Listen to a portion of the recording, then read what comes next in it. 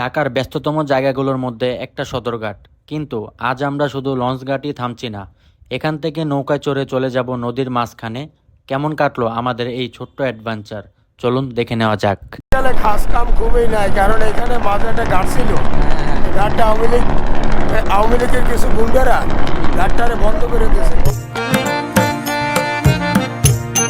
And what's up guys, it's me Jahidul Islam and welcome to my another vlog video. So guys, আজকে আমরা যাচ্ছি বিকালবেলা সদরঘাট।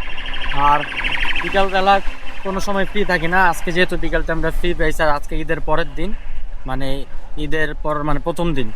তো সদরঘাট যাবো, সদরঘাটের নৌকা দিয়ে ছোটো ছোটো নৌকা আছে, ওইখানে যাবো, ঘুরবো, এর সৌন্দর্য আপনাদেরকে দেখাবো, তো সাথে থাকবে।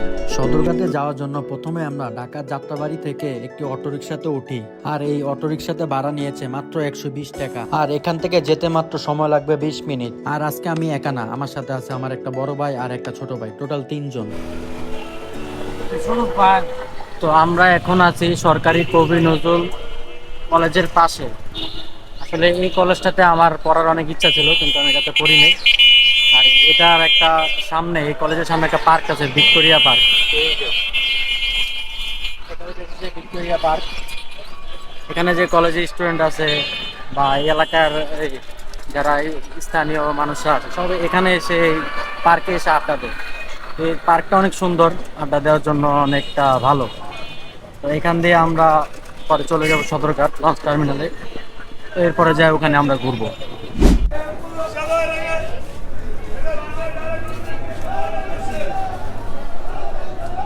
তো গাইস, আমরা এখন আছি সদরঘাট লঞ্চের ভিতরে। আর এই লঞ্চে ঢুকতে হলে যদি আপনারা কোনো কোথাও না যান লঞ্চ না দিয়ে, তাহলে এখানে আপনাদের 10 টাকা করে টিকিট কেটে এরপরে আপনাদের এখানে ঢুকতে হবে। তো দেখুন এখানে বরিশালের লঞ্চ থাকে, চাঁদপুরের লঞ্চ থাকে, বিভিন্ন জায়গায় লঞ্চ থাকে। তো এখান থেকে লঞ্চ দিয়ে আপনারা তো ওই সব জায়গায় যেতে পারেন। তো আমরা যেহেতু লঞ্চে যাব না, আমরা ইয়াতে ঘুরবো, নৌকা করে, ছোট নৌকা। তো আমরা সামনের দিকে যাই, দেখি কি হয়। দেখুন বিশাল বড় বড় লঞ্চ। আর এই বরিশালের লঞ্চগুলো এত মানে ফেমাস এবং এত সুন্দর। দেখবেন ঢাকা শহরে যখন বড় বড় ফ্ল্যাট, দামি দামি ফ্ল্যাটের মতন ভিতরে ডেকোরেশনগুলো, তো ভিতরে ঢুকলে আপনাদের অনেক ভালো লাগবে, দেখতেও সুন্দর লাগে।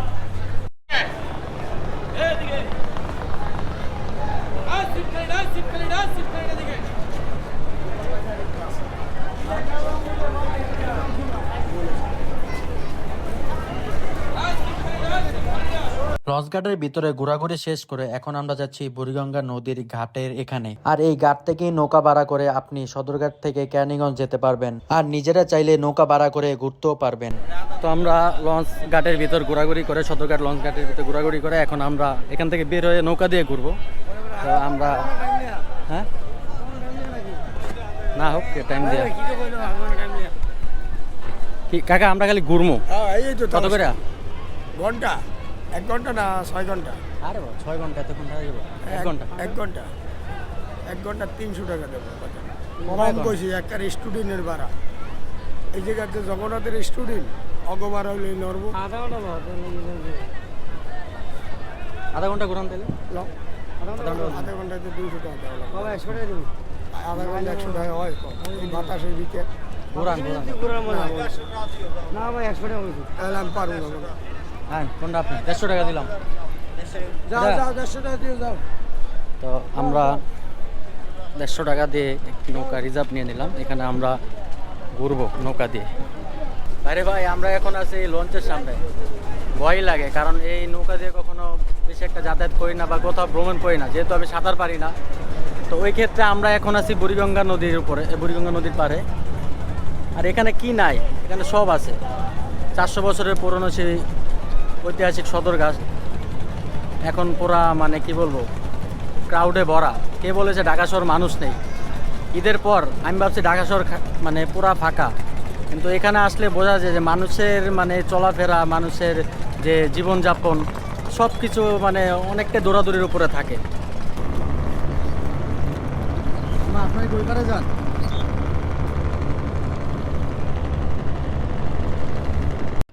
তো আমরা এই নৌকাটা মানে এই বুড়িগঙ্গা নদীতে এখানে আমরা ঘুরবো, আধা ঘন্টার জন্য ভাড়া নিচ্ছি 150 টাকা, আর 1 ঘন্টার জন্য নিতে 300 টাকা, বা একটু যদি রিকোয়েস্ট করেন বা এর থেকে কমও নিতে পারা যায় যদি নৌকার মাঝি ভালো হয়।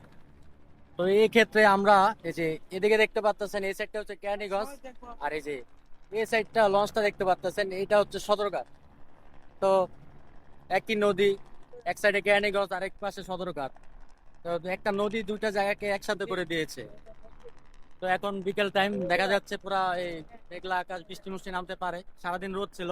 আর আমাদের প্ল্যান ছিল আমরা যাব ইয়াতে মাওয়াতে, কিন্তু মাওয়াতে যে আমরা বাস মানে দেখলাম অনেক গ্যাদারিং, আমাদের ভালো লাগে নাই, তাই আমি এই মাওয়াতে না যে এই সদরঘাট এসে পড়েছি। আর ওয়েলকাম সদরঘাট। বুড়িগঙ্গা নদী বাংলাদেশের অন্যতম ঐতিহাসিক নদী।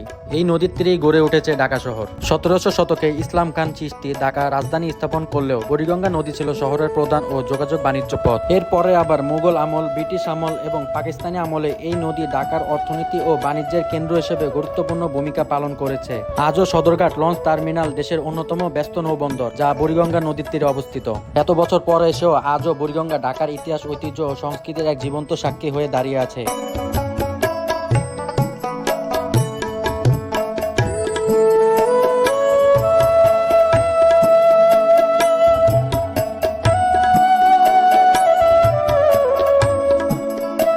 এই প্রথম বুড়িগঙ্গা নদীতে ঘুরতেছি, আর আমার সাথে আছে আমার এক ভাই, আর এই যে সাথে আমার ছোট ভাই।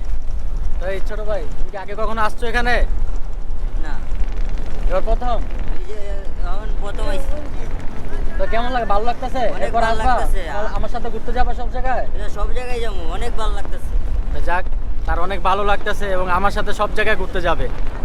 তো এটা ভালো, ঘোরাঘুরি করলে মন ভালো থাকে, মন ফ্রেশ থাকে। নৌকা চালান আমি আজকে দীর্ঘ 30 বছর। 30 বছর।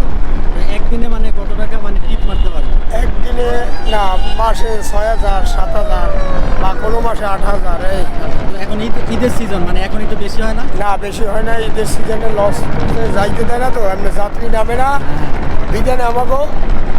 আর যেখানে আগে পাইতে, যেখানে আগে 5-7,000 টাকা কামাইছে হোক 1,000 টাকা দিয়ে দিবি।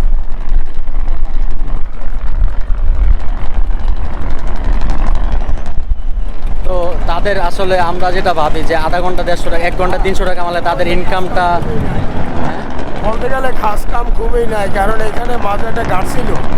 ঘাটটা আওয়ামী লীগের কিছু গুন্ডারা ঘাটটারে বন্ধ করে দিয়েছে। বন্ধ করার পরে আমাকে পেটে একটা লাথি মেরে দিয়েছে। এখন তো ঘাট হ্যাঁ, কেউ কি এটা টেন্ডার নিছে? এখন তো টেন্ডারে নেয় না, গাড়ি এখন তো ধরে নেয়। মাঝখান থেকে গাড়াল মসজিদ ঘাট, সেনান ঘাট, ওই ঘাটটা বন্ধ করে দেওয়ার পরে মাঝিরা খুব দুর্ভাগ্যে পড়ছে। এখন কোনো রকম পেটটা চলে, কোনো সংসার আদি চালাইতে কষ্ট হয় এই ঘাটটা দিয়ে। আর এদিকে আমার সাথে আছে এই যে আমার বড় ভাই সুনীল। ভাই, আজকে আমার সাথে এসে কেমন লাগতেছে? ভাই আপনার সাথে ভাই অনেক ভালো লাগতেছে, আমরা ঘুরতেছি, অনেক কিছু ভালো লাগতেছে, সব কিছু দেখতেছি, অনেক মজা পাইতেছি। তো আমাদের প্ল্যান আসলে কই, আমরা বাসা থেকে বেরোছি আগে কই যাবো? আমরা বাসা থেকে বাড়িছি, তখন বলছিলাম পদ্মা ব্রিজে যাবো, অনেক ঘুরতে গেলাম, কিন্তু আমরা ঘুরে যাবো, ঘুরার পরে দেখি তাই মানে বাসের যে মানে কি কয় মানুষের যে ভিড়, মানে আর পরে যাইতে মন চায় না, বাসও পায় না, ভাড়াও চাই বেশি নাকি, তাই আমি এখানে আসছি। তারপরে আমরা বাদ দিয়ে এখান থেকে বাদ দেয়া সদরঘাটে এসে পড়ছি। সদরঘাটে বলছি, হ্যাঁ। সদরঘাট আওয়ার পরে দেখি ঘোরাঘুরি করতেছি, অনেক ভালো লাগতেছে, এবং বিকালবেলা ঘুরতেছি, সবকিছু ঘুরতে ভালো লাগতেছে, সবকিছু দেখতেছি। আমরা এখানে ঘোরার জন্য আমাদের নৌকাটি ভাড়া করেছিলাম আধা ঘন্টা, মানে 30 মিনিট আমাদের নৌকা ভাড়া করার পর ঘোরার পর 30 মিনিট শেষ হয়ে যায়। এখন আমরা যে ঘাট থেকে নৌকায় উঠেছিলাম সেই ঘাটে আবার ফিরে যাইতেছি, কিন্তু ঘাটের কাছে যাওয়া এবং আসার সময় মাথাটা নিচু করে রাখতে হবে, কারণ জায়গাটা অনেক রিস্কি। তো আমাদের ঘোরা টোরা শেষ, আধা ঘন্টা দেখতে দেখতে চলে গেল। আসলে ভালো লাগার মুহূর্তগুলো খুব তাড়াতাড়ি চলে যায়। তো এখন আমরা নৌকা থেকে উঠে এই ওদিকে চলে যাবো, যে বাসার দিকে রওনা হবো। আজকের মতো ব্লগ এখানেই শেষ। আর সদরঘাট থেকে আমরা বের হয়ে এরপর বুড়িগঙ্গা নদী ঘুরছি, আপনাদেরকে দেখাইছি, দেখছেন। এখন আমরা আমাদের বাসার উদ্দেশ্যে যাইতেছি। আর ভাই, সদরঘাটের ভিতরে এত বড় বড় লঞ্চ দেখলাম, আসলে যে আমার এখান থেকে একটা ইচ্ছা হয়েছে যে এই লঞ্চে করে আমার একটা ট্যুর দেওয়া, কিংবা এই বরিশালে যাওয়া, সব মিলে একটা ভিডিও বানানো, কিন্তু আসলে সময়ের কারণে যেতে পারি না, বাসা থেকে পারমিশন দেয় না। আসলে জীবনে অনেক ইচ্ছা ঘোরার, সব কিছু মিলিয়ে যেতে পারি না। তো যাই হোক, আজকের মতো ভিডিওটি এখানেই শেষ। আর ভিডিওটি কেমন হলো কমেন্ট বক্সে জানাবেন এবং চ্যানেলটি সাবস্ক্রাইব করে দেবেন। ধন্যবাদ, টাটা।